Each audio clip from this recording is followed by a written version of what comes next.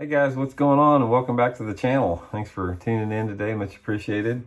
And today I'm going to give you guys a really good tip on actually what I consider probably one of my top deep water summer baits that most people have just totally forgotten about fishing. There's a niche of people that still fish it, but there's not enough people that fish it. So I'm going to show you guys from start to finish all my tips and secrets about deep water tube fishing.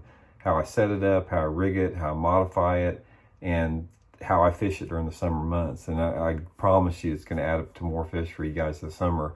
A couple little things before we get started here, little housekeeping tips. Got a couple things I'm working on here, so I got some projects I'm pretty excited about. I'm going to be announcing it to everybody probably in the next couple weeks here, so I'll keep you guys up and tuned for that. And a couple little things with Fish the Moment. Johnny and I are really bearing down big time on our lake map breakdowns. We got a bunch of good summer lake map breakdowns available on fishthemoment.com. We got personal map breakdowns, just a lot of good stuff there. You might want to check that out. And also, just my weekly reminder on my own channel, I'm offering memberships to my channel that basically come with extra perks beyond what you see here on the regular YouTube channel. You guys get, extra videos every week that commercial free that aren't available to the public. There's some options to get my personal email address. I can answer your personal fishing questions. So you can check that out by going to the About section on my YouTube channel and just click Intuitive Memberships and check that out. Okay, let's get into this tube deal here. This is something that, this whole tube deal, let me give you a little bit of history about it first. The tubes, I've been fishing them forever. I mean, literally for 35 years. They originally were developed by Bobby Garland. If you guys haven't been fishing along, you probably do or do not know who Bobby Garland is, but he was the one that made the tube famous. He had the original tube called the Gets It. And as the years progressed, other manufacturers copied the tube. They beefed it up a little bit, made it larger, came in a lot of different color options. And we really began to see how effective the tube was for a lot of different techniques. Originally it was on a jig head tube, like a finesse jig head, and then it got into be a pitching and flipping bait. But back when I first started fishing the Fat Gets It tube back in the mid 80s, everybody fished it on a 16th ounce head with a little bitty light wire hook. That's just how you fished it, and it got modified by then. But anyway, what I want to show you guys is my deep water tube setup and modifications. And this is something that is going to work really good on you guys that have clear water lakes. And it doesn't necessarily have to be smallmouth, but this particular technique that I'm showing you, it's been modified and it's well known up north in all the Great Lakes for smallmouth. It's one of the top techniques in smallmouth. But specifically what I'm going to show you guys is how I adopt this deep water tube fish into man-made reservoirs, not the natural lakes that have exclusively smallmouth in it. These tips that I'm going to show you guys today is for lakes if you have water visibility like over 3 feet deep, and you have specifically a population of a mixed species, like if you have a largemouth spotted bass and some smallmouth bass. But it doesn't have to be all three. It can be, but it needs to be a mix of at least two. It needs to be a mix of largemouth and smallmouth, or largemouth and spots, or something like that. It seems to work a lot better. So, okay, let's get into this a little bit here, guys. I'll show you what I'm talking about. First of all, start out with a tube. I like just a 4-inch tube. I use the Zoom tubes quite a bit. Every company out there makes a tube, but this is the size that I like, the 4-inch size. First thing I do is, like everybody's seen, I'm going to show you the comparison, is you've got to rough these tubes up. Every single tube that you have in the country is super hard because most of them are salty. They got a bunch of salt in them, and that salt makes these things really stiff and really hard. And a lot of times all tubes aren't created equal. Some tubes have a thicker wall than others, and the thicker walled tubes, you even have to rough them up even more.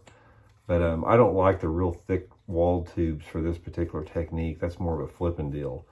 So I'll rough that up. And here's the comparison you can see for the one I just roughed up right here versus the stock one out there. So you can see the difference. Okay, the next thing I do with it is you got to cut a slit for the jig head. So I'm going to come up and I'm going to cut like a 1/2 inch slit in the tube like that. You can see this is where my hook's going to lay. The next thing I do is the tube head. The tube head that I like for this particular technique in the summertime is a 3/8 ounce tube, you know, just some type of a tube head that fits up in there. Wet it down before you get it in there, it gets a lot better. And I'll insert it right at the point where I've got my cut, and it goes in really nice and easy. And the reason you want to cut it and make like a 1/2 ounce channel in it, to see how that lays in there just perfect like that. It lays right in that area perfect like that. And then I come out, you know, with my hook eye like that. You can see the hook eye in that. Okay, so anyway, I've got this tube perfectly in line. I've got the cut right there. You know, the cut also gives me a good bite gap. So that's the basic setup on it. The next thing I do on this is, you don't want, see how uniform those tails are? One of the big tips that I can give you guys on tubes is take these tails and pinch them off just about a 1/2 inch off of some of them. Not a lot of them, maybe like 4 or 5 of them at the most. And I want to make them differing lengths right there. So see how I've got those cut up a little bit there? It makes it just look more natural. I don't like anything uniform. Nothing's uniform in nature. So you can sort of see the difference again in the two. See how this one's all uniform and this one's been cut up? So there, it's ready. Another thing, guys, you want to do on these tubes is a lot of times the tails on a tube, they stick together. Like see that, those two right there? Take some time and separate these tube tails. You want to separate them as much as you can. So whether, see like that, where they're together, separate those things where they break apart, because once you separate them, it gives them more action. So that's the basic tube setup. And the main thing about this video is I'm going to show you how and when to fish this thing. But the next setup you want to use on it is your rod and reel setup and line. The 3/8 ounce model, I like the 3/8 and 1/2 ounce model for the way that I'm going to fish it. But I fish it on some type of a medium heavy action 10 to 12 pound test fluorocarbon line, like a 7-foot bait caster. I use the Mega Bass Perfect Pitch for my techniques. And the way that I'm going to show you guys this, you have to have a pretty heavy rod in order to get the technique on it. The key on this particular thing is I'm fishing this bait mainly on secondary and main lake points if that water visibility, again, is over 3 feet deep. And I'm looking for flatter points. You want to hunt those points on the lake. It doesn't matter if they're in a creek, doesn't matter if they're in a cove, doesn't matter if they're on a main lake, but you have to get those flatter points. So, you know, check out the lake you have and try to gravitate towards those gravelly to the small rock points, or even the shoals that run way out in the lake, because this particular technique works better if you can't even hit the bank from a long cast. That's how flat those points are. So I'm not necessarily getting way out on the breaks of the points. The depth that I'm fishing this in the summertime is totally relative to water clarity. And a good rule of thumb is if you've got water visibility in that 3-foot range, you want to stick to like that 8 to 12 foot zone. If you've got water visibility like 4 to 6 feet, then you move out sort of in that 10 to 15 foot zone. And if you've got super clear water, like we do sometimes, here, in the Missouri Ozarks, I'll move out, into that 20 to 35 foot of water if it's really clear. But again, I'm not really getting out there on those point ends and breaks. I'm concentrating more on the flatter part of the points, because these fish in the summertime on this technique, they roam these gravel areas, small rock gravel areas, looking for crawdads. They don't necessarily have to be on any type of hard structure or irregular features. They're just on bare gravel. A lot of times you find them in the summertime. The key on this thing, guys, to get this thing to bite is the way you work it. That's the whole key on there. It's even more important than the tube. It's everything else. You can go through one of these areas and you can throw that tube out there and just work it out and hop it back to the boat and never catch one. The way that you want to do this, and the big secret that I'm sharing with you guys here, and it's been developed, the way that I developed it was basically experimentation, trial and error, accident, that type of stuff, is I make a long cast with that, make the longest cast that you can in clear water, let it hit the bottom, and just start reeling it and dragging it like a football head jig.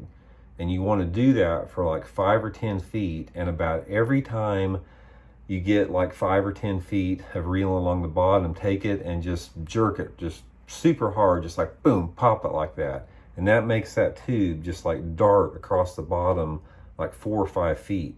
And if you guys have ever watched crawdads on the bottom of a lake on a flat bottom, when they start moving, when they start kicking that tail backwards, they are just like a little rocket ship taking off. So that's the big key. And the bite you're going to have on that is normally, it's like, you know, when I'll pop it 1 or 2 times, I'll pop it and stop it. And when you pop it the next time, they're on it.